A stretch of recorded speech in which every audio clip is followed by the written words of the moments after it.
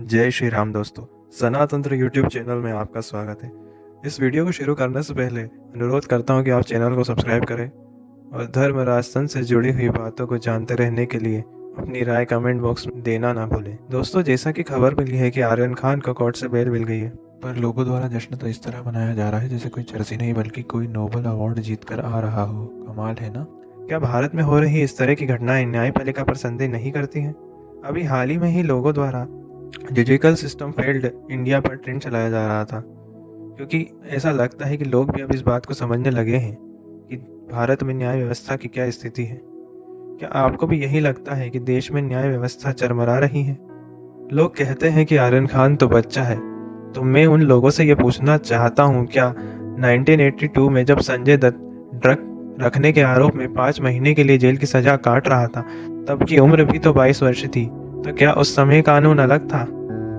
क्या आप जानते हैं कि उस समय देश की प्रधानमंत्री इंदिरा गांधी रही थी? हाल ही में ही हाई प्रोफाइल एडवोकेट सतीश मान शिंदे ने कहा है कि आर्यन को इसलिए जमानत दी गई क्योंकि एनसीबी के पास आर्यन के खिलाफ कोई सबूत नहीं मिले, कोई ड्रग्स पार्टी नहीं हुई, ना ही कोई ड्रग्स या उससे संबंधित चीज बरामद हुई।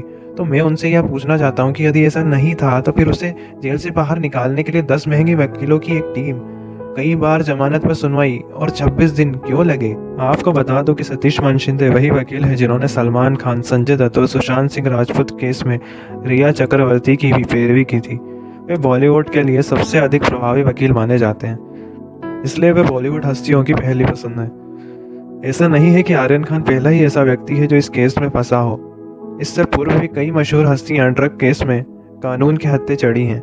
इससे पूर्व भाजपा नेता दिवंगत प्रमोद महाजन जी के पुत्र राहुल महाजन को भी इन्हीं धाराओं के तहत गिरफ्तार किया था, जिसमें आर्यन खान को एनसीबी ने गिरफ्तार किया है। यानी कि एनडीपीएस एक्ट के 25, 26 और 27 के तहत राहुल महाजन को भी 6 महीने के लिए जेल हुई थी।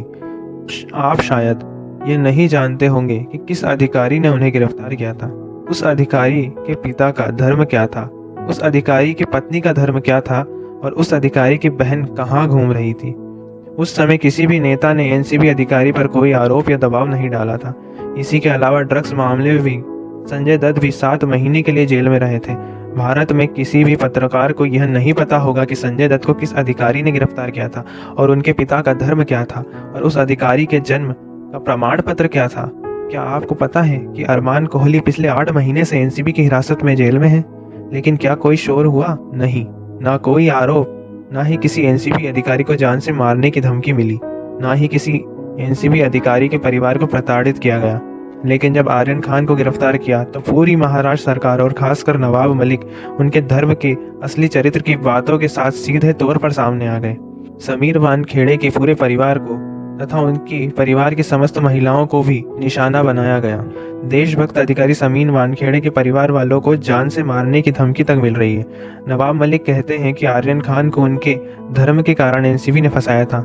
जब वे यह आरोप लगा रहे थे तो क्या वे बता सकते हैं कि जब एनसीबी ने संजय दत्त, राहुल महाजन, अरमान कोहली और अन्य लोगों को ड्रग मामलों में गिरफ्तार किया था तो किसी ने यह आरोप क्यों नहीं लगाया कि एनसीबी ने उन्हें उनके धर्म के कारण पकड़ा है? आखिर आर्यन खान ही क्यों, या मोहम्मद शमी की फेक ट्रोलिंग ही क्यों? क्या धर्म का सहारा विशेष कौम के लिए ही लिया जाता है? यह कोई नई बात नहीं है। प्राचीन काल से ही जिहादी दिमाग वाले लोगों के लिए शुरू से ही महिलाओं पर हमला और बलात्कार उनका सबसे बड़ा हथियार रहा है। यही कारण है कि जब भारत पर विदेशी आक्रमणकारियों के मुगलों का आक्रमण होता था तब लाखों भारतीय महिलाएं जौहर कर लेती थी। वह फांसी से इसलिए नहीं मरती थी ताकि विदेशी मुगल उनके शव का बलात्कार ना कर सके। जब वे कमजोर हो जाते हैं तो ये कट्टरपंथी देशद्रोही अधिकारियों के घर की महिलाओं पर हमला कर देते हैं। ये विक्टिम कार्ड खेलने की उनकी नीति ने मेजोरिटी के साथ हमेशा ही छल किया है और लोग मूर्खों की तरह इनके जाल में भी फंस जाते हैं। हमारे देश का कानून भी तो कुछ ऐसा ही है। अगर आप किसी बलात्कारी को पकड़ लें और बीच बचाव में आपके द्वारा उस पर जानलेवा हमला हो जाए तो उस बलात्कारी से पहले आपको ही सजा हो जाएगी। यहाँ तक कि जब कोई न्यायपालिका पर सवाल उठाता है तो उसे अवमानना का भय होता है और ना उठाए तो सच से मुंह चुराने का। अब वह करे भी क्या? सच तो यह है कि सामान्य जन का विश्वास न्यायतंत्र से डिगता जा रहा है। इसमें भी सड़ांध आ चुकी है और सफाई अभियान चलाने की आवश्यकता है। न्यायाधीशों की नियुक्ति की बात हो या कोर्ट फिक्सरों के खेल की, गड़बड़ तो सब जगह है, लेकिन सुधार की प्रक्रिया कब तक चलेगी यह कोई नहीं जानता। शाहरुख जैसे लोग तो पैसे के दम पर खड़े हुए दिख रहे हैं, जबकि ये सभी वकील जो इनके साथ दिख रहे हैं, उनकी ये हंसी आज की न्याय व्यवस्था पर हंस रही है, जिन्होंने न्याय को पैसे का साधन मात्र बनाकर रख दिया है। किसी ने कहा है कि कानून सबके लिए बराबर है। यह दुनिया का सबसे बड़ा झूठ है। असल में कानून तो मकड़ी का वह जाला है जिसमें कीड़े मकोड़े तो फंसते हैं, मगर बड़े जानवर इसे फाड़ कर निकल जाते हैं। जय श्री राम।